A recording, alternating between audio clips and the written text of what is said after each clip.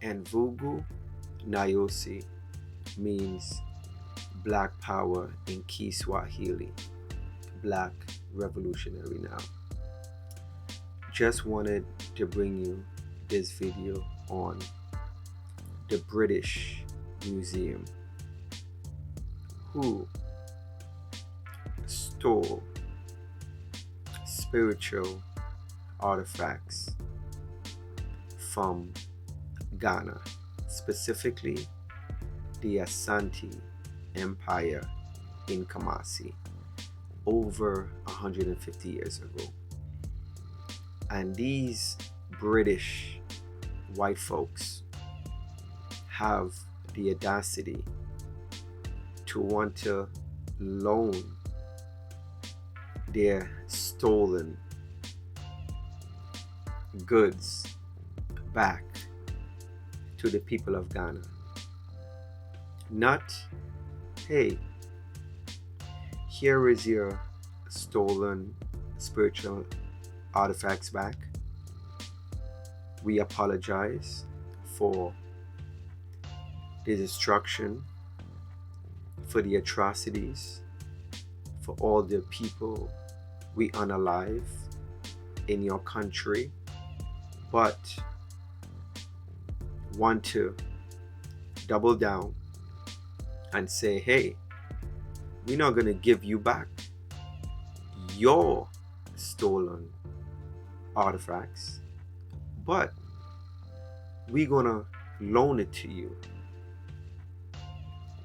This is the mindset of these Europeans. This is what is happening in 2024. They have the nerve to want to loan stolen artifacts back to the people they stole it from. Make it make sense, people. Make it make sense. Check out this video and we will come back and discuss it. Now, it's been more than a century since treasures were looted by British soldiers from Ghana. Many of them hold huge cultural and spiritual significance. Now, in a landmark agreement, the Victoria and Albert and British Museums in London are returning them on loan to the Ashanti King. Our culture editor Katie Razzle has this exclusive report.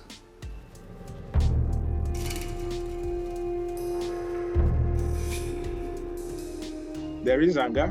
People look at it in colonial terms. Looting of items, precious items belonging to people, items that they don't easily forget. Gold from the royal court of the Ashanti Kingdom, which was once one of Africa's most powerful states. These objects and many more were looted by British troops in the Ashanti capital Kumasi in 1874 during the Third Anglo-Ashanti War. Sold at auction then, now they're going back to Ghana for the first time in 150 years, to Kumasi's Mencha Palace Museum in a landmark loan deal with the Victoria and Albert and the British Museum. They enter the South Kensington Museum and they're put on display, and they're displayed both as a work of incredible West African goldsmithery, but also as a sort of, sign of British imperial and colonial power. 17 V&A items are returning, including a peace pipe used by Ashanti kings, the Asantehene, and heavy cast gold badges worn by courtiers tasked with cleansing the king's soul. The agreement is not with the Ghanaian government, but with Otumfo Osei Tutu II, the current Asantehene, who once worked for Brent Council, monarch for a people whose history is steeped in gold and wealth. The deal's chief negotiator is Ivor Ajimandia. There's so much interest in these items. These were objects that were created by the royal artisans for all sorts of ceremonial reasons. Is the fact that you're taking them on loan a problem? It's not really a problem. At least these objects will be home. The British Museum is also loaning 15 gold items, including a sword of state looted by British troops during the Anglo-Ashanti War of 1895-6. British law bans some national institutions, including the British Museum and the V&A, from permanently returning objects. In giving a piece back, you're also giving back a missing piece of history. Nana Ofriata Ayim is a special advisor to Ghana's culture minister. She welcomes the loan deals with the Ashanti king. The Ghanaian government could not have agreed to the terms. The metaphor is, someone comes into your home and steals something from your house, keeps it in their house, and then, X amount of years later comes and says, I'm going to lend you your thing back. I mean, it doesn't make any sense. And so in that way, I think it's going to be deeply problematic for a lot of people. But because I've been working, with it, I know the kind of politics that surrounds it and also the kind of attachment to the idea of empire. Those objects with origins in war, in looting, in military campaigns, we have a responsibility to the country's origins to think about how we can share those more fairly today. And it doesn't seem to me that all of our museums will fall down if we build up these kind of partnerships and exchanges. Have you felt ashamed that these items are here?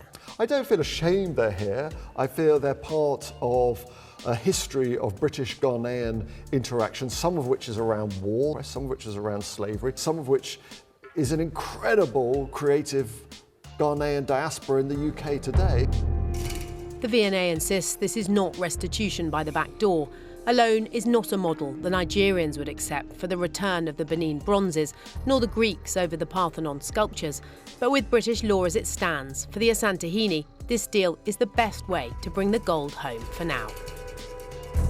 Katie Razzle, BBC News. Wow. Just watching that video and watching that British man talk about the relationship between Britain and the people from Ghana. What relationship? What relationship? You see how these people like to romanticize their barbaric atrocities against African people? He said that they're gonna come up in a way to think about the best way to have the artifacts, the stolen artifacts from African people, and have a relationship to see how we're gonna share this. We're gonna share. Somebody come into your house and stole all your precious, valuable things, right? You see them years after, and they will have the audacity to tell you, well, let me see if we form a relationship to see if we could share your own stolen goods. See how these people think? You see the mentality? Just imagine if that was the other way around. Just imagine if African people that stole European valuable. You think we could come to them and say, well, hey man, let us form a relationship. Let me see how I could loan you out your stolen artifacts and valuables. It's crazy. This is a case of I am white and I said so. This is how these white supremacists think, because no one in their righteous mind will even say something like that. But they are so far gone in their thinking and their morality that this is the only thing they have to say, because inside of them there is no morality on anything. There is no being remorseful, whatever. See how we bring up, oh yeah, well, this was doing slavery and colonialism when the artifacts were stolen. So he acknowledged that, but when the woman asks him, don't you feel like bad? He's like, no. That tells you their mentality. someone stole something and disarray a people, enslave a people, stole from a people, exploit a people. And his answer was no. That tells you you can't reason with people like that. You can't even have a moral conversation with someone like that. Knowing the history of what they have done, and still he said no. So having stolen goods in your home, knowing that the world know that you stole it and it belonged to a specific group of people, and you still feel and you still say no, it shows you how these people think. And he's not alone. You know what I mean? A lot of people, a lot of Europeans who have done the most outrageous atrocities in the world, they think just like that man. Form a relationship? What relationship? Because you go back and talk to some great ancestors. I mean, like if the ancestors like Ya Ashantiwa, she was the warrior who fought against the British, who wanted to take the golden stool.